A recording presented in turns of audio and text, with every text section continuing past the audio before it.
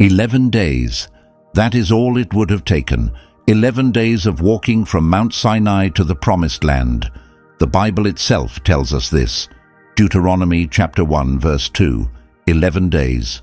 Instead, it took 40 years. An entire generation, every single man and woman over the age of 20, died in the desert without ever setting foot in the land God had promised them. Their bones were scattered across the sand of the Sinai, from one end of the wilderness to the other. Think about that for a moment. The same God who had just shattered the most powerful empire on earth with 10 supernatural plagues. The same God who had ripped open the Red Sea like a curtain. The same God who was feeding millions of people every morning with bread that fell from the sky. That God looked at his own people and said, "You will not enter. You will wander. You will die out here." Why? This is not a simple Bible story. This is one of the most disturbing, most challenging, and most life-changing chapters in all of Scripture. Because the answer to that question, why 40 years, will force you to look at your own life in a way you may not be ready for. But stay with me, because by the end of this video, you will understand something about God, about yourself, and about the deserts in your own life that you have never understood before. Let us go back to the beginning. The people of Israel had been slaves in Egypt for over 400 years. Not guests, not immigrants, slaves. They made bricks under a merciless sun. Their backs were torn open by the whips of Egyptian taskmasters. And when Pharaoh decided they were growing too numerous, he gave an order that still makes your blood run cold. Throw every newborn Hebrew boy into the Nile. 400 years of this, generation after generation born into chains, living in chains, dying in chains. That is not just history. That is the kind of trauma that rewires the way an entire people thinks, feels, and sees the world. Remember that. It will become important very soon. Then God intervened. He raised up Moses, a Hebrew baby who had been hidden in a basket on the Nile, found by Pharaoh's own daughter, raised in the palace, exiled to the desert after killing an Egyptian overseer, and finally called back through a bush that burned without being consumed. God told Moses, "I have seen the suffering of my people. I have heard their cry. I know their pain, and I have come down to deliver them." And deliver them he did. 10 plagues rained down on Egypt, each one more devastating than the last, each one a direct assault on a different Egyptian god. The Nile turned to blood. Darkness swallowed the land for 3 days. And in the final terrible plague, the firstborn of every Egyptian household died in a single night. Pharaoh broke. "Get out," he said. "Take your people and go." And on that night, the night of Passover, millions of Israelites walked out of Egypt. They walked out carrying gold and silver the Egyptians had given them. They walked out under the protection of a God who had just brought the most powerful nation on earth to its knees. But here is the thing nobody talks about. They walked out of Egypt, but Egypt did not walk out of them. Hold on to that phrase. Write it down if you need to. It is the key to everything that happens next. God took Israel out of Egypt in one night, but taking Egypt out of Israel, the slave mentality, the fear, the victim identity, the distorted view of God, that would take 40 years. And some of them would never let it go. Within days of leaving Egypt, the first test came. Pharaoh changed his mind and sent his entire army, 600 elite chariots, cavalry, infantry, thundering across the desert after the Israelites. Picture this. The Israelites are camped by the Red Sea. Behind them, the dust cloud of the most feared military force in the ancient world, closing in fast. In front of them, nothing but water. They are trapped. And what did they say? "Was it because there were no graves in Egypt that you brought us out here to die? We told you to leave us alone. "It would have been better to serve the Egyptians than to die in this desert." Did you catch that? They had been free for a matter of days. Days. And already they were saying slavery was better. Already they were rewriting history, as if 400 years of whips and chains and drowned babies were somehow preferable to one moment of uncertainty. This is not ancient history. This is human nature laid bare. We do this too. We romanticize the prisons we know because we are terrified of the freedom we do not. We choose familiar pain over unfamiliar possibility every single time. But God was not finished. Moses lifted his staff. A wind began to blow, a violent east wind that howled through the night. And by morning, the sea had split in two walls of water standing like skyscrapers on either side, and between them, dry ground. An entire nation walked through on foot. Men, women, children, elderly, livestock, all of them, walking on the floor of the sea. When the Egyptian army followed them in, God released the waters. Every chariot, every horse, every soldier, gone. In minutes, the most powerful army on the planet ceased to exist. Israel erupted in celebration. They sang, they danced. Miriam grabbed a tambourine. It was the greatest day in their history. Now here is something most people miss. The Red Sea was not just a rescue, it was a severance. When those waters crashed down on the Egyptian army, they also crashed down on any possibility of return. The road back to Egypt was gone, buried under the sea. God had not just opened a door forward, he had locked the door behind them, forever.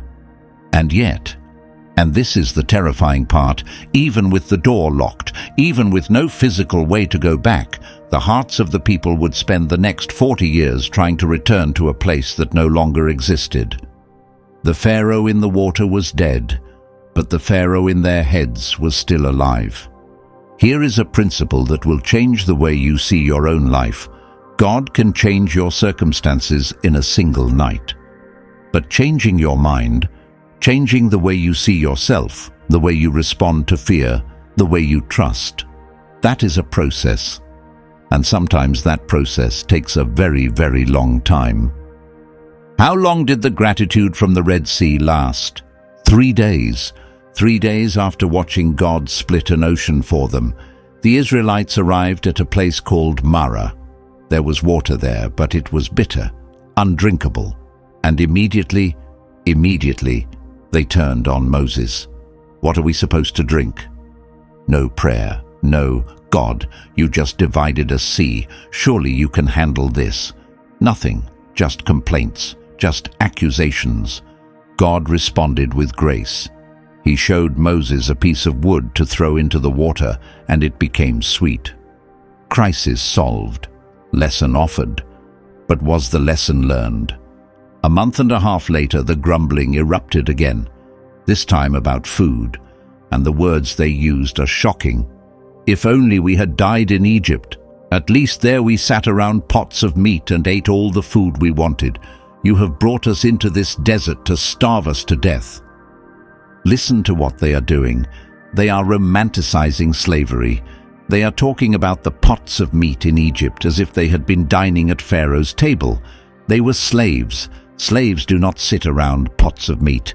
But the human mind has an incredible ability to rewrite the past when the present is uncomfortable. And here is where it gets personal. How many of us do the same thing? How many of us look back at a toxic relationship, a dead-end job, a destructive habit and think, at least I knew what to expect? How many of us would rather go back to a familiar cage than walk into an unfamiliar freedom? God could have responded with anger. Instead, he responded with bread.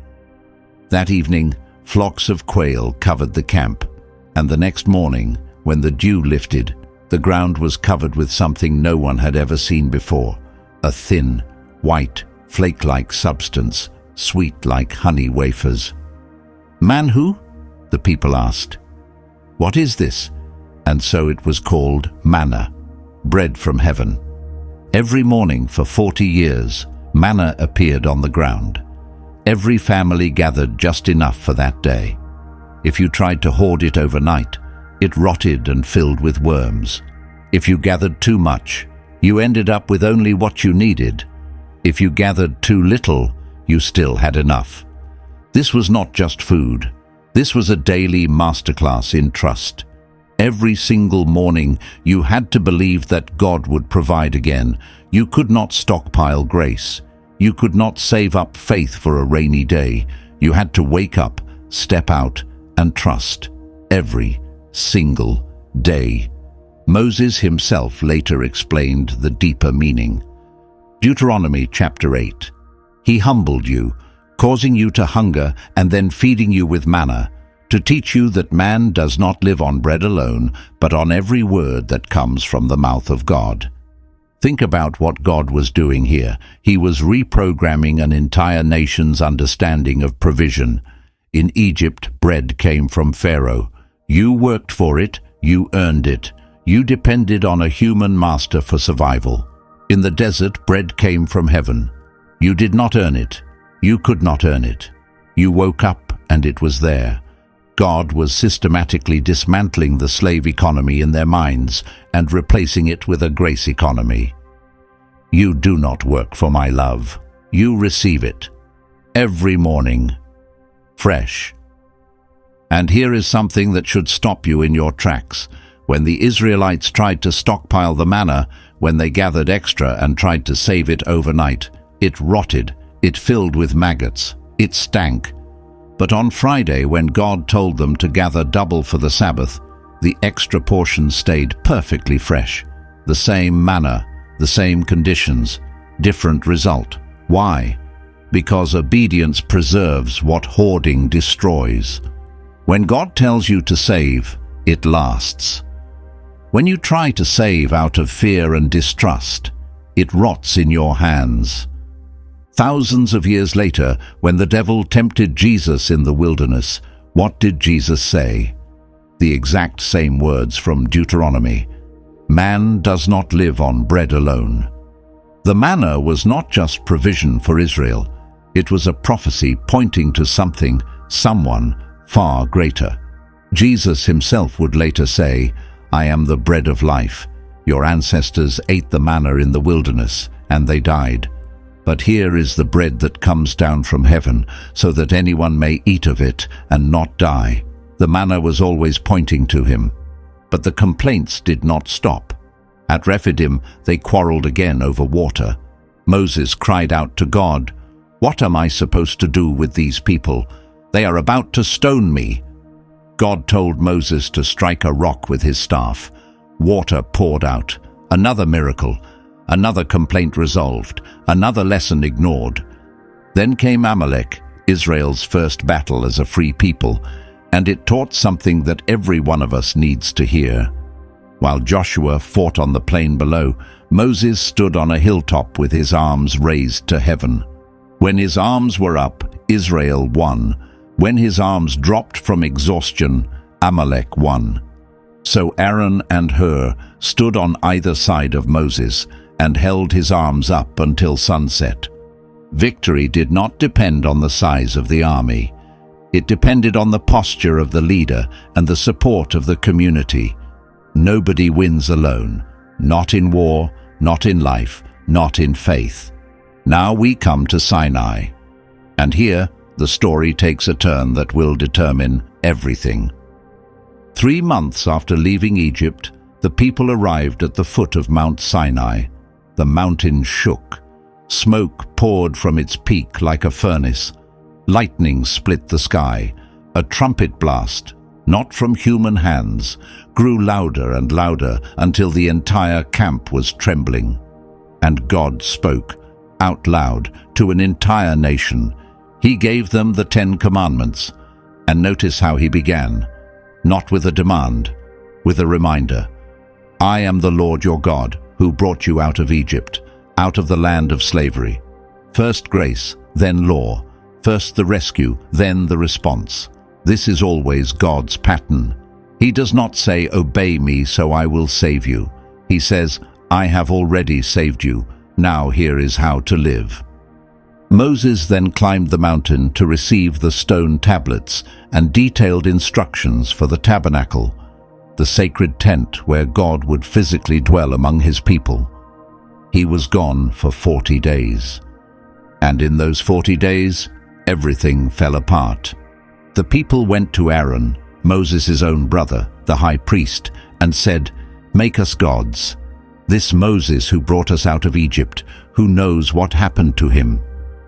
And Aaron, in what might be the most staggering act of leadership failure in the entire Bible, collected their gold earrings and melted them into a golden calf, a statue, an idol. And the people danced around it and declared, "These are your gods, Israel, who brought you out of Egypt." Stop. Just stop and think about what is happening here. These people had seen the 10 plagues with their own eyes. They had walked through the Red Sea on dry ground. They were eating supernatural bread every morning. They were camped at the base of a mountain that was literally shaking and smoking with the presence of God. And in 6 weeks, they melted their jewelry into a cow and worshipped it. This moment shatters one of our most deeply held assumptions, that if people just saw enough evidence, they would believe. If they just witnessed enough miracles, they would be faithful. Evidence does not produce faith. Miracles do not transform hearts. You can watch God split the sea on Monday and build an idol on Tuesday, because the problem was never a lack of evidence. The problem was the condition of the heart. And notice what they did. They did not create a new god. They made a calf, the sacred bull of Egypt, Apis, Hathor, the gods they had grown up with in slavery. When the pressure came, when the waiting got too long, they did not reach for something new. They reached back for something old, something Egyptian, something familiar. This is what makes the golden calf so devastating. It was not just idolatry, it was regression. It was proof that even standing in the shadow of Mount Sinai, with the smoke of God's presence still rising behind them, the pull of Egypt, the pull of the old identity, the old gods, the old way of thinking, was still stronger than the pull of freedom. Have you ever seen this in your own life? You experience a breakthrough. You hear from God clearly. You step into something new. And then, the moment things get uncomfortable or uncertain, you find yourself reaching back for the very thing God delivered you from. The old habit, the old relationship, the old mindset. That is the golden calf. And we all build them. And that is precisely why the desert was necessary. When Moses came down and saw the golden calf, he smashed the stone tablets on the ground. The covenant was shattered before it was even ratified. God called them a stiff-necked people, like a stubborn ox that refuses the yoke. But through the intercession of Moses, God did not destroy them. He forgave. The tablets were rewritten, the covenant was renewed, but the pattern had been established. This people needed more than a miraculous exit from Egypt. They needed a complete internal renovation, and that kind of renovation does not happen in a day, a week, or even a year. Now we arrive at the moment that changed everything, the hinge point, the single event that turned an 11-day trip into a 40-year sentence. 2 years after leaving Egypt, the Israelites arrived at Kadesh Barnea. They were standing at the southern border of the Promised Land. They could see it. The destination was right there. Moses sent 12 scouts, one from each tribe, into Canaan to explore the land. They were gone for 40 days. 40 days, the same number that will come back to haunt this entire story. When they returned, they carried a cluster of grapes so massive that 2 men had to carry it on a pole between them. Think about that. A single cluster of grapes so large, it required 2 grown men and a wooden beam. They also brought back pomegranates and figs. For a people who had eaten nothing but manna for 2 years, This fruit was proof that the promised land was not a fairy tale. It was real, it was rich, and it was right there for the taking. "The land is incredible," they reported. "It flows with milk and honey." But then came the word that destroyed a generation. However, the people who live there are powerful, the cities are fortified, and we saw the descendants of Anak, the giants. Now here is something I need you to notice. All 12 scouts agreed that the land was good. Every single one of them saw the grapes, the milk, the honey. The facts were not in dispute. What divided them was not what they saw. It was how they interpreted what they saw. 10 scouts looked at the evidence and saw defeat. 2 looked at the same evidence and saw victory. Same land, same giants, same God. Completely different conclusions, because the difference was never in the data. It was in the lens, and the lens was shaped by identity. 10 of the 12 scouts said something that reveals the depths of their broken sense of self. "We seemed like grasshoppers in our own eyes, and we looked the same to them." Grasshoppers. After everything God had done, they looked at themselves and saw insects. This was not a military assessment. This was an identity crisis. They did not say, "The giants are too strong for God." They said, "We are too small." 400 years of slavery had convinced them that they were nothing, and no amount of miracles had been enough to change that conviction. Only 2 scouts, Joshua and Caleb, saw it differently. "The land is exceedingly good," they said. "If the Lord is pleased with us, He will lead us in and give it to us. Do not be afraid. Their protection is gone, and the Lord is with us." The people's response. They wanted to stone Joshua and Caleb. They wanted to kill the only 2 men telling the truth. And then they said the words that sealed their fate. "Let us choose a leader and go back to Egypt." Back to Egypt. After the plagues, after the Red Sea, after the manna, after the voice of God from the mountain. They wanted to elect a new leader and march back into slavery. And that is when God spoke. "How long will these people treat me with contempt? How long will they refuse to believe in me in spite of all the signs I have performed among them?" That is not the voice of an angry tyrant. That is the voice of a heartbroken father. How long? How many seas do I have to split? How many miracles do I have to perform?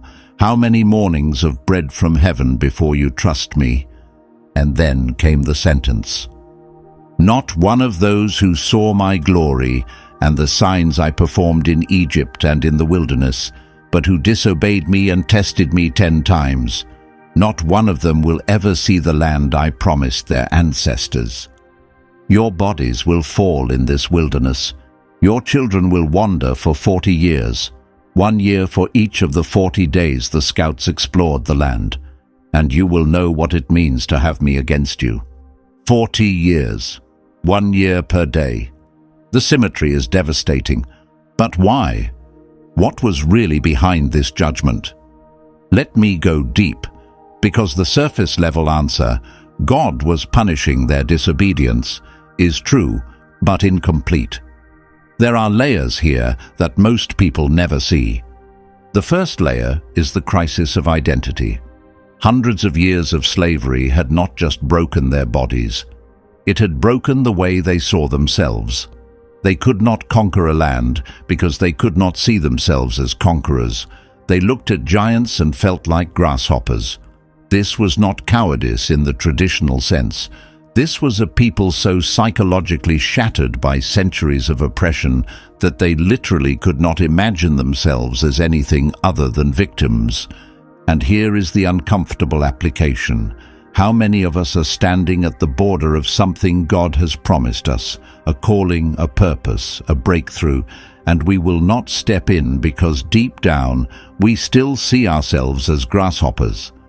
We still carry the identity that our past gave us instead of the identity that God has spoken over us. The desert was God's answer to that crisis. He could not remove the slave mentality from that generation. 400 years of programming was too deep. But he could raise a new generation, born in the wilderness, fed by heaven, guided by the cloud of God, that had never known slavery. A generation whose identity was not shaped by Pharaoh, but by God himself. The second layer is the danger of unbelief, and I need to be precise about this. Israel's sin was not ignorance. They were not punished for not knowing God. They were punished for knowing God, for having seen his power with their own eyes, and still choosing not to trust him. This is a sobering distinction. The most dangerous kind of unbelief is not the unbelief of someone who has never encountered God. It is the unbelief of someone who has encountered God repeatedly and still refuses to trust him. Is there an area of your life where you have seen God come through again and again, and yet you are still gripped by fear, still holding back, still saying, "But what about the giants?" That is the spirit of Kadesh Barnea, and it can cost you your promised land. The third layer is that God was protecting Israel from itself, a nation of former slaves, psychologically broken and spiritually immature, sent into battle against hardened Canaanite warriors. That is not conquest. That is a massacre. They would have panicked at the first resistance. They would have surrendered at the first setback. God did not send them into the desert because he was angry with them. He sent them because he loved them too much to let them destroy themselves. Sometimes the no that feels like rejection is actually protection. Sometimes the delay that feels like punishment is actually preparation. Sometimes God keeps you in the wilderness not because he has forgotten your promised land, but because he knows you are not yet the person who can live in it. The fourth layer is the lesson of daily dependence. The manna did not fall because Israel was in the desert. It fell to teach Israel something specific, that life comes from God's mouth, not from the ground. Every morning for 40 years, God was retraining their instincts. In Egypt, they depended on Pharaoh. In the desert, they learned to depend on God. And that lesson could not be taught in a classroom. It had to be lived, day after day, for decades. The fifth layer is perhaps the most countercultural truth in the entire Bible, the danger of prosperity. Moses warned the new generation explicitly in Deuteronomy chapter 8. When you have eaten and are satisfied, when you have built fine houses and your silver and gold increase, then your heart will become proud, and you will forget the Lord your God. The desert taught Israel that it is easier to seek God when you have nothing than when you have everything. Poverty drives us to our knees. Prosperity lulls us to sleep. The desert stripped away every distraction, every false security, every competing loyalty, and left Israel alone with God. And that was the whole point. The sixth layer reaches beyond Israel into eternity, the prophetic pattern. 40 is never random in the Bible. Moses spent 40 days on Sinai. Elijah walked 40 days to Horeb. Nineveh was given 40 days to repent. Jesus fasted 40 days before beginning his ministry. The number 40 is always a threshold, a period of testing and transformation that precedes something new. Israel's 40 years in the desert were not just a punishment. They were a prophetic template, a pattern that would repeat itself throughout the story of salvation, pointing toward the ultimate wilderness, the one Jesus would enter to face the same temptations Israel had failed and to succeed where they had fallen. Now let me tell you what actually happened during those 40 years, because it is not what most people assume. Most people picture 40 years of silence, 40 years of nothing, God turning his back and walking away. That could not be further from the truth. The pillar of cloud never left. For 40 years, every single day, a visible manifestation of God's presence hung over the camp. Cloud by day to shield them from the desert sun, fire by night to light the darkness. When the cloud moved, they moved. When it stopped, they stopped. Every day, all they had to do was look up, and there was the proof. God is still here. The manna never stopped. For 40 years, God cooked breakfast for an entire nation. Every morning, without exception, bread appeared on the ground. In a desert where nothing grows, millions of people ate every day. That is not abandonment. That is relentless, stubborn, daily faithfulness. And here is a detail that is almost too extraordinary to believe. Deuteronomy chapter 8, verse 4. Your clothes did not wear out, and your feet did not swell during these 40 years. Their shoes lasted 40 years. Their clothes never tore.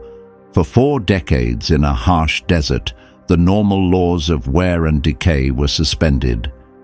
Think about what that means. Every time they looked down at their sandals, every time they put on their cloak, they were wearing a miracle. Now consider the math for a moment. Scholars estimate that the Israelite camp in the wilderness numbered between 1.5 and 2 million people. To feed that many people in a desert, the daily manna would have needed to cover an enormous area. The logistical miracle alone, food, water, sanitation, organization for a moving city the size of modern Houston, is staggering. This was not a small band of nomads camping under the stars. This was one of the largest organized communities in the ancient world, sustained entirely by the hand of God, in a place where survival should have been impossible.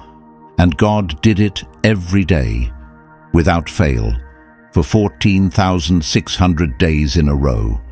That is not the behavior of a God who has abandoned his people.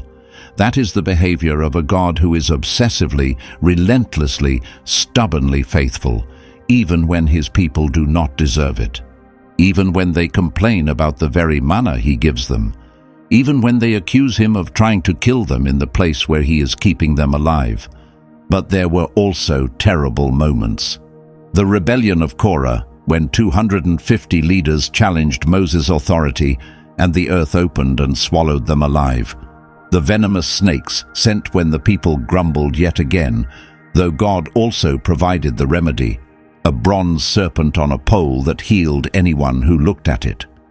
Centuries later, Jesus would point to that bronze serpent as an image of his own crucifixion.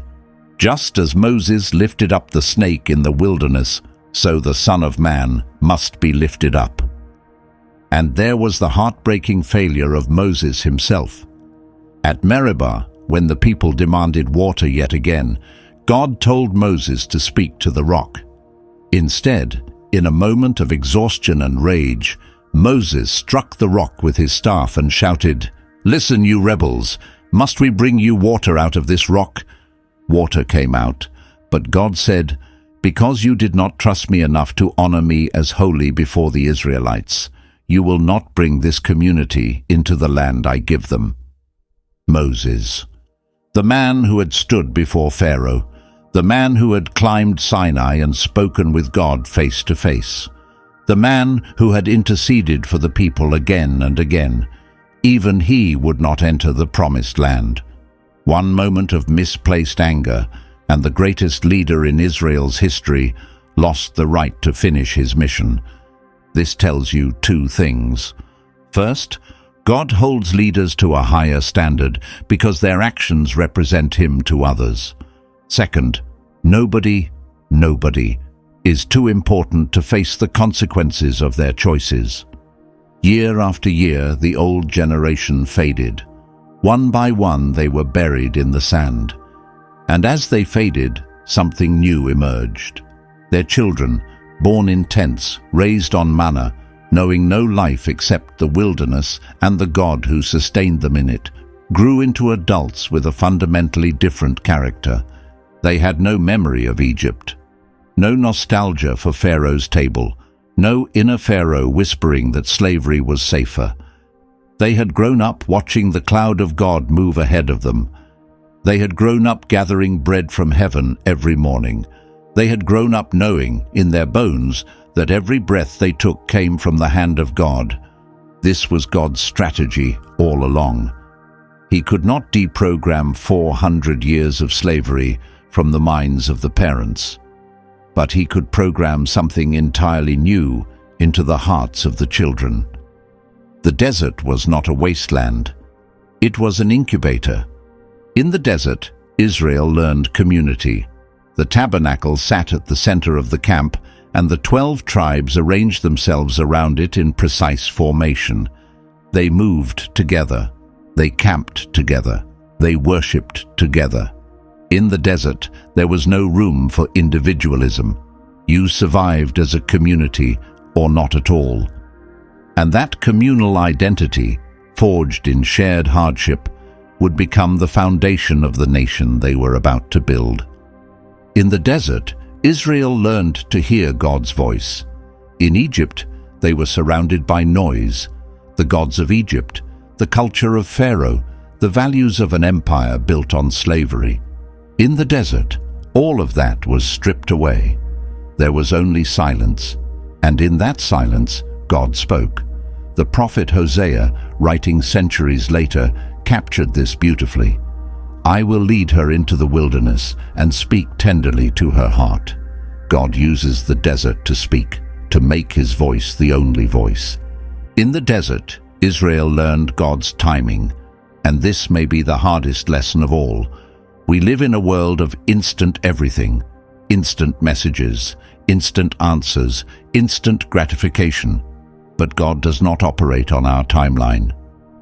My thoughts are not your thoughts, neither are your ways my ways, he said through Isaiah. Sometimes the longest road is the only road that gets you there as the right person.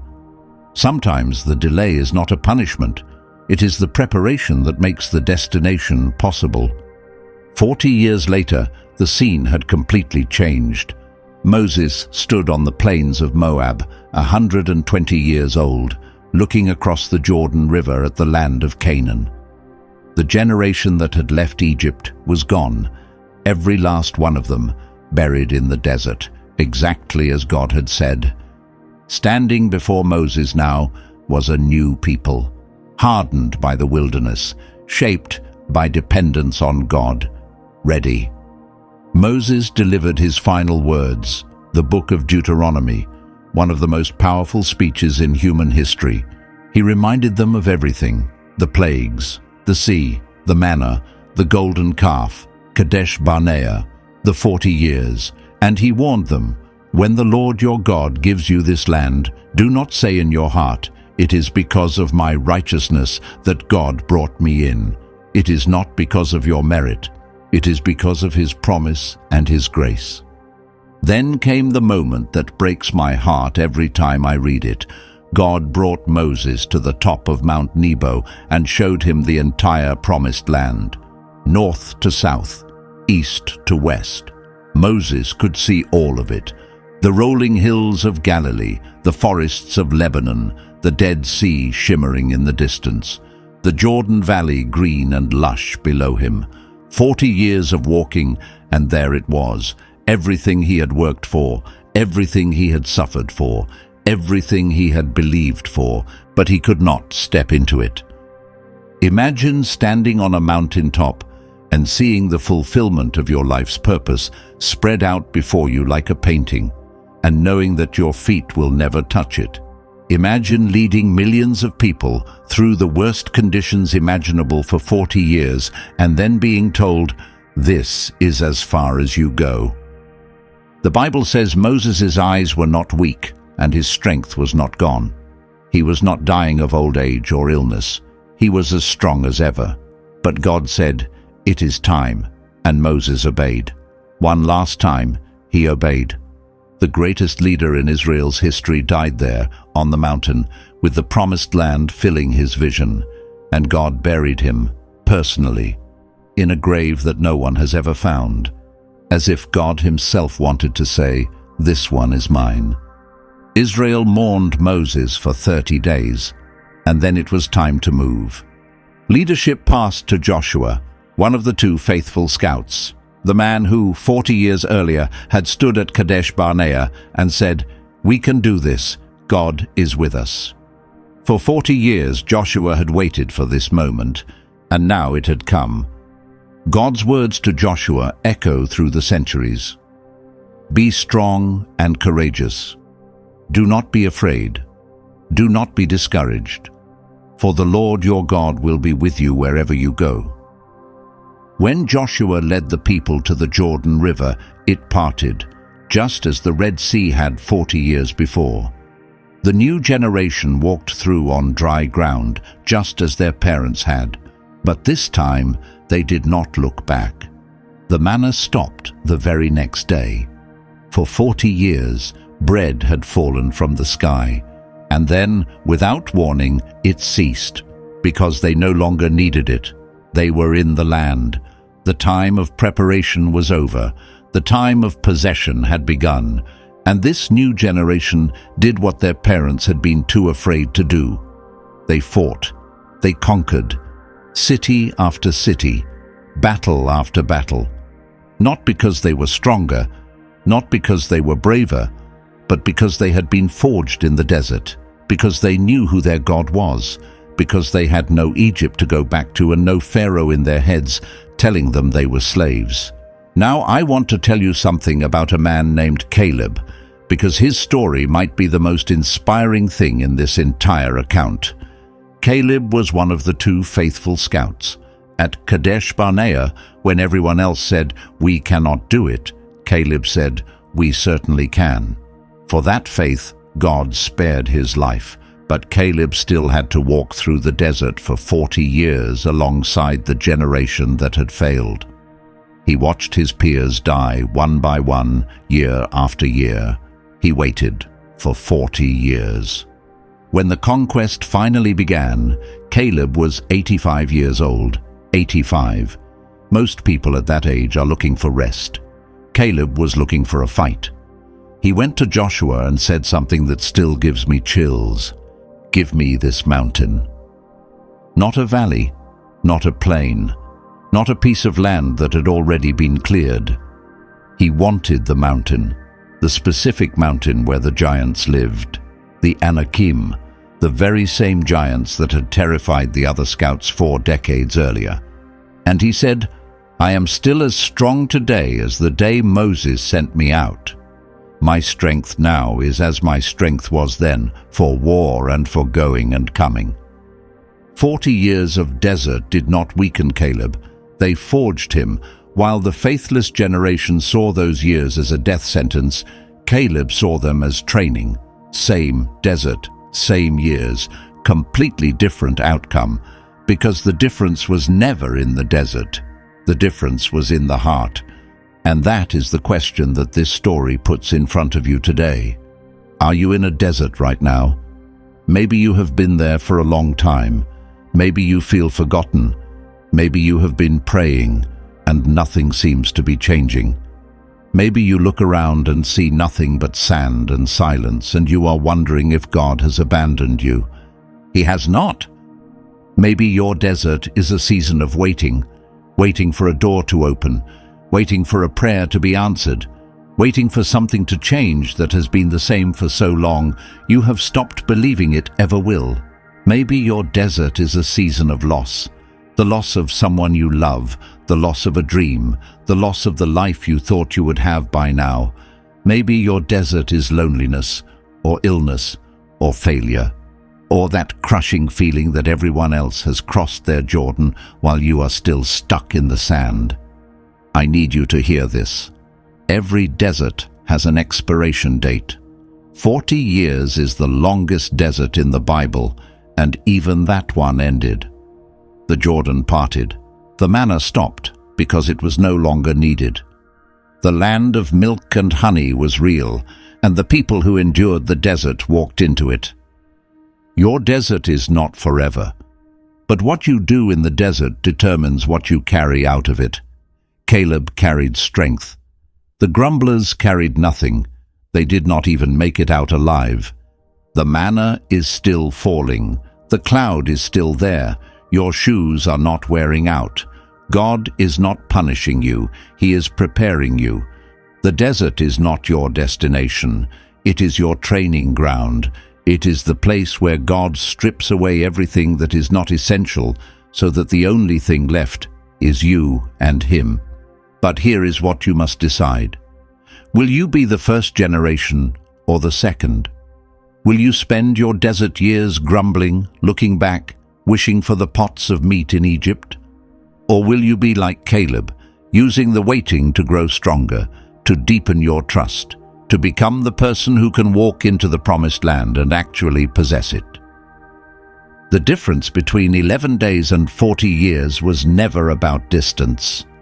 It was about the heart. God is not asking you to be perfect. He is asking you to trust Him, to stop looking back, to stop seeing yourself as a grasshopper, to stop trying to elect a new leader and go back to Egypt. He is asking you to look at the giants in your life and say what Caleb said. Their protection is gone. The Lord is with us. Your promised land is real. It is not a fantasy. It is not just for other people. God promised it to you, and God does not break His promises. But you have to be willing to cross the Jordan. You have to be willing to face the giants. You have to be willing to let the desert do its work in you, because the God who brought you out of your Egypt is the same God who will bring you into your promised land. The God who has been feeding you manna in the wilderness is the same God who has milk and honey waiting on the other side. The God who has been with you in the fire by night is the same God who will fight your battles in the daylight.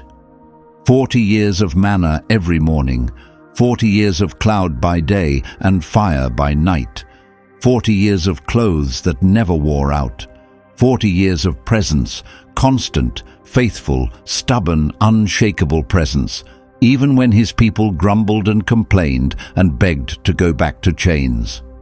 If God was that faithful to a people who tested Him 10 times, He will be faithful to you. If God did not give up on Israel in the desert, He will not give up on you in yours. Even in the desert, God satisfies. Even in the waiting, God provides. Even in the silence, God speaks. And on the other side of your wilderness, there is a land flowing with milk and honey, with your name on it. Do not die in the desert looking back at Egypt.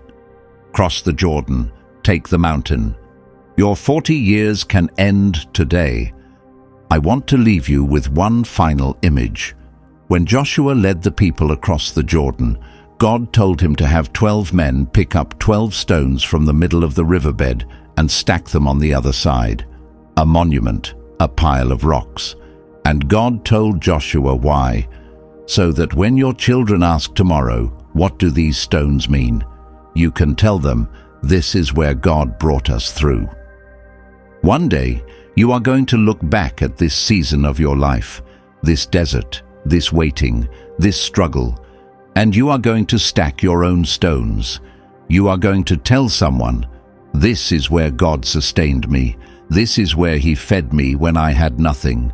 This is where He carried me when I could not walk. This is where I learned to trust Him. Your desert is not the end of your story. It is the chapter that makes everything after it possible. If this video spoke to you, leave a like. Subscribe so you do not miss what is coming next. And share this with someone who needs to hear it. Someone who is in their own desert right now and needs to be reminded that God has not forgotten them. May the Lord bless you and keep you. May the Lord make His face shine upon you and be gracious to you. May the Lord turn His face toward you and give you peace. See you in the next video.